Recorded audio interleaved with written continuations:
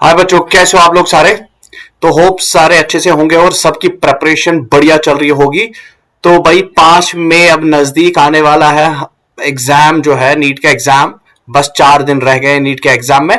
सो कोई भी जो भी स्टूडेंट है जो नीट का इस साल पेपर देने वाला है, तो इस वीडियो को वो एक बार देखेगा और उसके बाद 5 मई को वो अच्छे से पेपर करके आएगा। ठीक है, तो कुछ इंपॉर्टेंट क्वेश्चंस है तो यहां पर हम डिस्कस करने वाले हैं उनको। तो पहला क्वेश्चन है, which stage of meiotic prophase shows terminalisation of chiasmata as it is distinctive feature. जैसा कि हमें पता है कि जो सेल साइकिल है, cell cycle and cell division वाला चैप्टर बड़ा इंपॉर्टेंट चैप्टर माना जाता है नीट पर्सपेक्टिव से। तो उससे एक दो क्वेश्चन आने के चांसेस ऑलवेज रह जाते हैं। तो ये जो पहला क्वेश्चन है बहुत ही इंपॉर्टेंट क्वेश्चन है। तो जितने भी लोग इसको देख रहे हैं तो वो मन ही में उन्होंने आंसर बना लिया होगा कि टर्मिनलाइजेशन ऑफ chiasmata कहां पर होती है। तो इसका आंसर है डाइकाइनेसिस। तो डाइकाइनेसिस ये प्रोफेज फर्स्ट का एक सब फेज है। तो प्रोफेज फर्स्ट, मियोसिस का प्रोफेज फर्स्ट, तो उसका लास्ट वाला फेज जो है पहले आता है कौन सा, लेप्टोटीन, फिर आता है जाइगोटीन, फिर पैकाइटीन, फिर डिप्लोटीन और लास्ट में आ जाता है डाइकाइनेसिस। तो डाइकाइनेसिस में क्या हो जाती है, टर्मिनलाइजेशन। ठीक है, इतनी बात होगी। क्वेश्चन नंबर सेकंड पर आ जाते हैं। तो क्वेश्चन नंबर सेकंड क्या कह रहा है, which of the following characteristic is incorrect with respect to cockroach. तो बहुत सारे लोग, बहुत सारे बच्चे क्वेश्चन पढ़ने में ही क्या कर देते हैं, गलती कर देते हैं। तो वो इनकरेक्ट नहीं देखते हैं, वो खाली करेक्ट देख लेते हैं। ठीक है, तो ऑलवेज जब भी आप क्वेश्चन पढ़ोगे तो क्वेश्चन को बहुत ही अच्छे तरीके से पढ़ना है। कोई इसमें जल्दी क्वेश्चन पढ़ने में नहीं करनी है। ठीक है, तो आराम से क्वेश्चन पढ़ो और जो भी बायोलॉजी के क्वेश्चन है उनको आराम से पढ़ो। और क्योंकि बायोलॉजी में आपको 360 में से 360 लाने हैं। ठीक है, तो इसीलिए बायोलॉजी के क्वेश्चंस आराम से पढ़ो और अच्छे से एनालाइज करो क्वेश्चन को, अच्छे से आंसर करो। तो क्वेश्चन लिखा है कि which of the following characteristic is incorrect with respect to the cockroach. और जो कॉकरोच है, तो बहुत सारे बच्चों के दिमाग में ये भी चला होगा कि कॉकरोच से शायद क्वेश्चंस नहीं आएंगे, लेकिन जो नीट का सिलेबस है, नीट के सिलेबस में इंसेक्ट का दे दिया गया है। तो इंसेक्ट में कौन आता है, कॉकरोच आता है। तो इस पर क्वेश्चन बनेगा ही बनेगा। तो यहां पर हमें लिखा है कि हमें इनकरेक्ट बोलना है कॉकरोच के पर्सपेक्टिव में। तो पहला लिखा है कि 10th abdominal segment in both sexes bear pair of anal cerci. तो ये जो पहला वाला है ये तो सही है, ये तो सही है। और उसके बाद लिखा है a ring of gastric caeca is present at the junction of midgut and hindgut. भाई यहीं पर गलती है।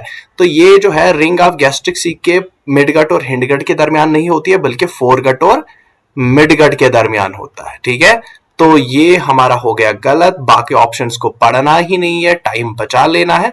तो इनकरेक्ट ऑप्शंस का बनना है दूसरा वाला। क्वेश्चन नंबर 3 पर आ जाते हैं। तो क्वेश्चन नंबर 3 क्या कह रहा है, पिछले साल भी नीट में ये क्वेश्चन आया था। मतलब इस यूनिट से क्वेश्चंस आए थे और बहुत सारे क्वेश्चंस आए थे लोकोमोशन एंड मूवमेंट में। तो इस साल भी वहां से क्वेश्चंस बनने के चांसेस है। तो लिखा है कि जो क्रॉनिक ऑटोइम्यून डिसऑर्डर है ये इफेक्ट करता है किसको, न्यूरो मस्कुलर जंक्शन को, लीडिंग टू फैट्यूग। तो जब न्यूरो मस्कुलर जंक्शन इफेक्ट हो जाती है, जिससे क्या हो जाती है, जिससे फैट्यूग हो जाता है। और फैट्यूग होने के साथ साथ मतलब एक मसल जल्द से थक जाती है, उसके बाद वो वीक हो जाती है और अल्टीमेटली वो क्या हो जाती है, उसमें पैरालिसिस हो जाता है स्केलेटल मसल में। तो इसको हम क्या कह सकते हैं, क्या इसको गाउट कहा जा सकता है, क्या इसको आर्थराइटिस कहा जाता है, क्या इसको मस्कुलर डिस्ट्रोफी कहा जा सकता है, या क्या इसको माइनसिंथेना ग्रेव्स कहा जाता है। तो हमें पता है कि भाई ऑटोइम्यून डिसऑर्डर्स, तो ऑटोइम्यून डिसऑर्डर्स में कौन आता है, माइनसिंथेना ग्रेव्स आता है। वाइल एज मस्कुलर डिस्ट्रोफी किसमें आती है, ये जेनेटिक डिसऑर्डर्स में आती है। क्यों, क्योंकि इसमें डिस्ट्रोपिन प्रोटीन जो होता है, डिस्ट्रोपिन प्रोटीन, वो यहां पर उसकी म्यूटेशन हो जाती है।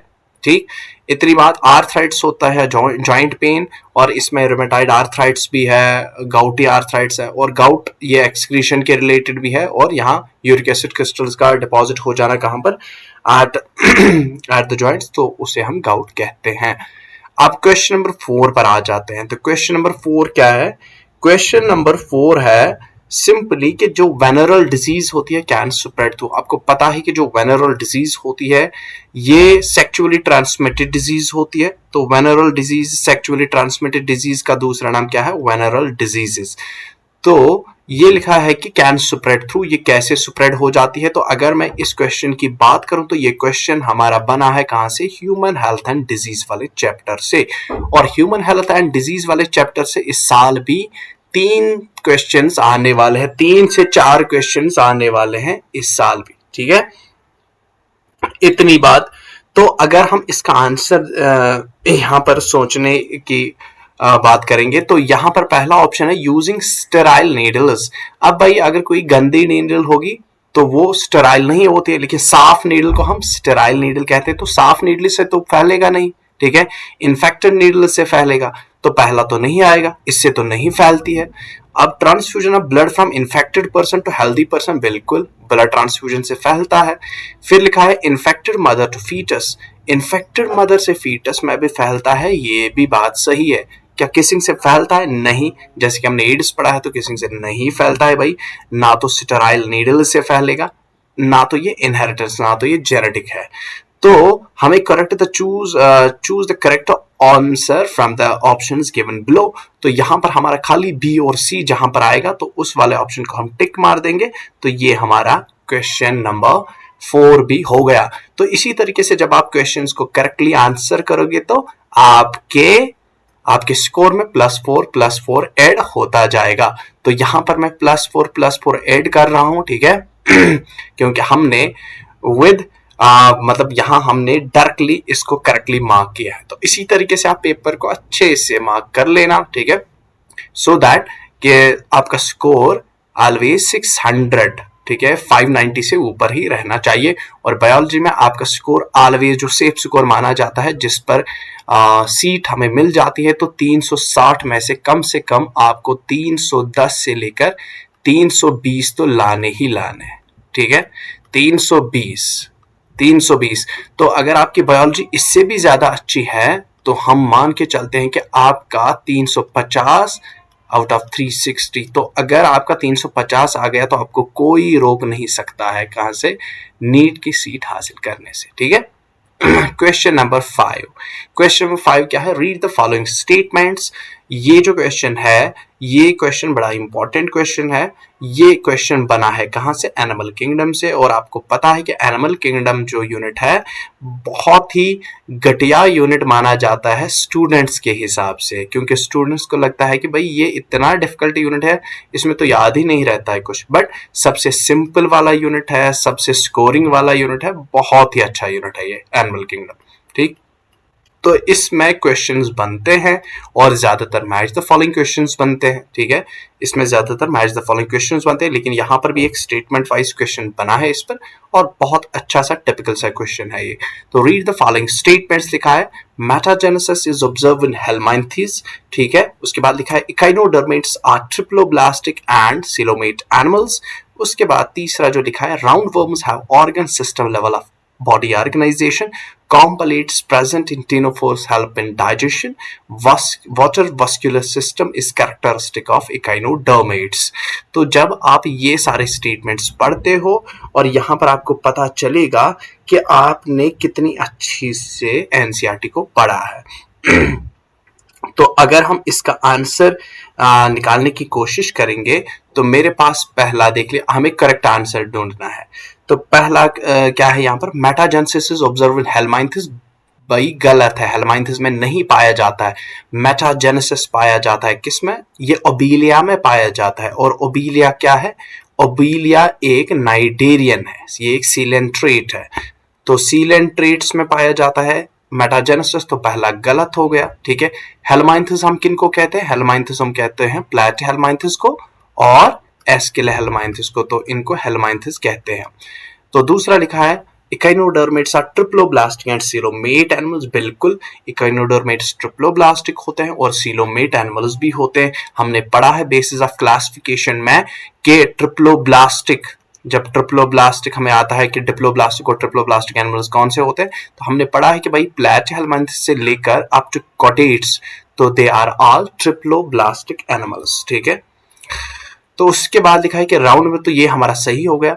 उसके बाद round worms have organ system level of organization, भाई organ system level of organization है, और ये भी हमारा क्या जा रहा है, ये भी हमारा सही जा रहा है, क्योंकि प्लेटहेलमिन्थस की बात करें तो प्लेटहेलमिन्थस में ऑर्गन ग्रेड है, वाइल एज एस्केलेहेलमिन्थस में, जिसमें राउंड वर्म आता है कौन सा, एस्कैरस, तो एस्केलेहेलमिन्थस में आता है ऑर्गन सिस्टम ग्रेड, ठीक है।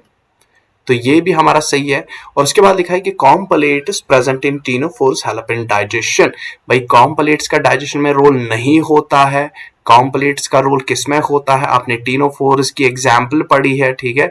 तो टीनोफोरेंस में आपने देखा होगा जो कॉम्पलेट होता है, कॉम्पलेट की फंक्शन क्या होती है, वो लोकोमोशन में मदद करता है। ये रेडियली अरेंज्ड होते हैं, ठीक है, और ये लोकोमोशन में मदद करते हैं कॉम्पलेट्स, ठीक है, ऐसे होते हैं ये। These are कॉम्पलेट्स। इलीरियो ब्रांकी में आपने देखा है ये टीनोफोरियंस में, तो दे हेल्प इन लोकोमोशन।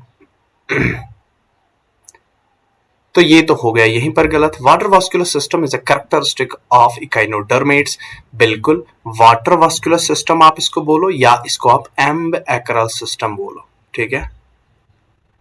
तो ये किन का कैरेक्टरिस्टिक होता है, ये इकाइनोडर्मेट्स का एक कैरेक्टरिस्टिक फीचर होता है। तो हमारा आंसर क्या बनेगा, बी भी सही है, सी भी सही है और ई भी सही है। गलत कौन है, डी भी गलत है और पहला भी गलत है, तो फर्स्ट वाला आंसर इसका हो जाना है। तो यहां पर भी हाँ, क्वेश्चन ने थोड़ा सा टाइम तो ले लिया, बट 1 मिनट से ज्यादा टाइम मतलब हमें नहीं देना है, ठीक। लेकिन अगर इसमें 1 मिनट से ज्यादा भी टाइम लग रहा है और क्वेश्चन हमारा सही जा रहा है, तो ये हमारा बोनस है, ठीक। क्वेश्चन नंबर 6 पर आते हैं।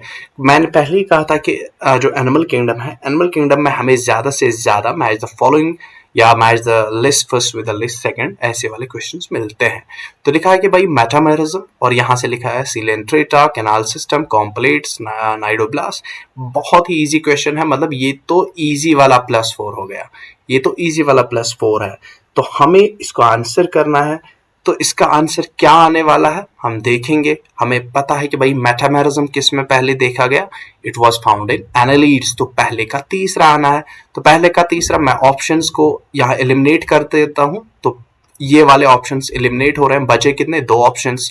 तो मेटामेरिज्म, तो इसका आ जाएगा तीसरा, ठीक है। अब कैनाल सिस्टम है, तो कैनाल सिस्टम किस में पाया जाता है, पोरिफेरा में पाया जाता है। तो दूसरे का चौथा, बिल्कुल दूसरे का चौथा इसमें भी है, इसमें भी है, तो ये अभी कोई एलिमिनेट नहीं हो रहा। कॉम्प्लेट्स, कॉम्प्लेट्स टीनोफोरेंस में होते हैं, तो यहां पर ये वाला एलिमिनेट हो रहा है और हमारा सही आंसर निकल के आ रहा है भाई चौथा वाला। तो बड़े इजी क्वेश्चंस होते हैं, तो इजी इजी गोइंग हो रही है, ठीक है। हमारे स्कोर में +4 ऐड होता जा रहा है, ठीक। उसके बाद क्वेश्चन नंबर 7 पर आएंगे। तो क्वेश्चन नंबर जो 7 है, लिखा है कि following are the statements with reference to the lipids. तो अगर मैं लिपिड्स की बात करूं, तो ये वाला क्वेश्चन बन रहा है हमें कहां से, बायोमोलिक्यूल्स से। आपको पता है कि जो बायोमोलिक्यूल सेल और सेल साइकिल है, ये तीनों एक ही यूनिट में आ जाते हैं, तीनों चैप्टर्स। तो यहाँ बायोमोलिक्यूल से भी क्वेश्चंस आने के अच्छे खासे चांसेस रहते हैं, 1-2 क्वेश्चंस तो मिल ही जाएंगे आपको। तो लिपिड्स पर एक अच्छा क्वेश्चन बना है और मुझे लगता है कि ऐसे क्वेश्चंस आएंगे, ठीक है। तो यहां पर देख लो आप, लिखा है कि following are the statements with reference to lipids. तो हमें क्या करना है, choose the correct answer from the given options. तो हमें करेक्ट ऑप्शंस देखना है कि लिपिड्स के बारे में कौन सी बात सही की गई है। तो पहला है, lipids have only single bonds are called unsaturated. भाई ये तो गलत है, लिपिड्स जिनके पास सिंगल बॉन्ड्स होते हैं उनको तो हम सैचुरेटेड कहते हैं, ना कि अनसैचुरेटेड। पहला तो गलत हो गया। उसके बाद लिखा है लेसिथिन इज अ फॉस्फोलिपिड। भाई बिल्कुल लेसिथिन एक फॉस्फोलिपिड है और सबसे अबंडेंट ग्लाइसरोफॉस्फोलिपिड पाया जाता है प्लाज्मा मेम्ब्रेन में। अब उसके बाद लिखा है ट्राईहाइड्रोक्सीप्रोपेन इज ग्लाइसरॉल। ट्राईहाइड्रोक्सीप्रोपेन ग्लाइसरॉल है, बिल्कुल ये एनसीईआरटी कहती है कि भाई ट्राईहाइड्रोक्सीप्रोपेन। तो ट्राईहाइड्रोक्सीप्रोपेन का स्ट्रक्चर भी हमें पता है भाई, ऐसा होता है ये। तो अगर हम ऐसे बना दे तो ये होता है ट्राईहाइड्रोक्सीप्रोपेन, ठीक। मतलब 3 हाइड्रोक्सिल ग्रुप्स है, मेथ एथ प्रोप। तो ट्राई हाइड्रोक्स 3 हाइड्रोक्स ग्रुप्स और कितने इसमें ये है कार्बन 3, तो मेथ एथ प्रोप। तो ट्राईहाइड्रोक्सीप्रोपेन ये भी सही है। फिर लिखा है कि पामेटिक एसिड हैज 20 कार्बन। भाई गलत है, पामेटिक एसिड के पास 20 कार्बन नहीं होते हैं। 20 कार्बन किसके पास होते हैं? आर्किडायनिक एसिड में, ठीक है, आर्किडायनिक एसिड में 20 कार्बन होते हैं। पामेटिक एसिड में जो होता है, पामेटिक एसिड में आई थिंक इसमें 16 कार्बन होते हैं, ठीक। तो हमारा बी और सी खाली सही है, तो हमारा ऑप्शन बन रहा है ऑप्शन 4। तो ये भी बड़ा इजी क्वेश्चन था, +4 हमारे स्कोर में ऐड हो गए। उसके बाद चलते हैं नेक्स्ट क्वेश्चन पर। नेक्स्ट क्वेश्चन मोस्ट प्रोबेबल, मतलब ये मोस्ट प्रोबेबल क्वेश्चन है, तो एवोल्यूशन से लिया गया है ये। और एवोल्यूशन से मैं आपको कह रहा हूं कि 2 से 3 क्वेश्चन तो नॉर्मल ही नॉर्मल है। 3 क्वेश्चन आपको नॉर्मल दिखेंगे, 3 क्वेश्चन, ठीक है। नॉर्मली 3 क्वेश्चन आप देखोगे एवोल्यूशन से, एंड प्रोबेबिलिटी ये भी है 3 से 4 क्वेश्चन, लेकिन मैं गारंटी के साथ कहता हूँ 3 क्वेश्चन तो कहीं नहीं गए हैं। और इस वाले टॉपिक पर जो ह्यूमन एवोल्यूशन है, इस पर डायरेक्ट क्वेश्चन ही है, सिंपल। तो Homo erectus has a large brain capacity about 900 cc, probably 8 meat. उसके बाद लिखा है about 200 million years ago the dinosaurs suddenly disappeared from earth, jawless fishes probably evolved around 500 million years ago। तो how many of the statements are incorrect? आपको बोलना है कि कितने स्टेटमेंट्स ऊपर वाले इनकरेक्ट है। भाई Homo erectus has a large brain capacity of 900 cc and probably eat meat, ठीक है। ये उसके बाद लिखा है कि about 200 million years ago, ठीक। Dinosaur suddenly disappeared from earth, और लिखा है कि jawless fishes probably evolve around 500 million years ago, ठीक। तो 500 मिलियन ईयर्स एगो बिल्कुल जालेस फिशेस जो थी, बेसिकली पहले कौन आ गई थी? पहले आ गई थी 500 मिलियन ईयर्स एगो, जो पहले फिशेस आ गई तो जॉलेस फिशेस ही थी। तो ये तो सही है भाई ये गलत है, ठीक है। तो इसमें कितने गलत है? इसमें गलत है 2, तो बी ऑप्शन निकल के आ रहा है हमारा। तो ये भी बड़ा इजी है, तो +4 जा रहा है यहां पर भी। उसके बाद क्वेश्चन नंबर 9 पर आ रहा है। तो 9 पर क्या है? Read the following statements, any part of the plant taken out and grown in a test tube under sterile conditions in a special nutrient media that the plant is called explant. तो ये वाला जो question है, ये वाला question पहले आपको botany में देखने को मिलता था, लेकिन इस साल ये बायोटेक्नोलॉजिकल प्रिंसिपल्स एंड प्रोसेसेस में आपको ये क्वेश्चन मिलेगा, और अच्छे चांसेस इसके आने के हैं, ठीक।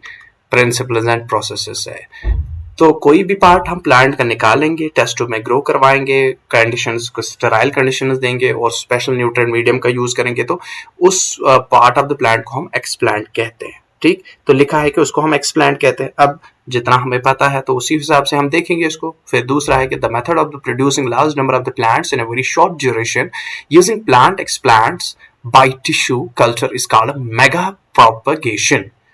देखो भाई कुछ चीजें में मतलब कहीं कहीं पर मिस्टेक्स है। तो फिर लिखा है plants produced by the micro propagation will be genetically identical to the original plant from which they were grown, they are called somatic hybrids, ठीक। They are called somatic hybrids. अब हमें ये isolated protoplast from different varieties of plants can be fused to get hybrid protoplast. These hybrids are called somatic hybrids and somaclones. तो ये 4 statements दिए गए हैं। अब हमें बोलना है कि how many statements given above are incorrect. देखो यहां पर हमें देखने को मतलब क्वेश्चन पढ़ने में गलती यहां पर हो जाती है। हमें शायद लगता है कि हम जल्दी में करेक्ट देखते हैं, लेकिन ये होता है इनकरेक्ट कितने हैं।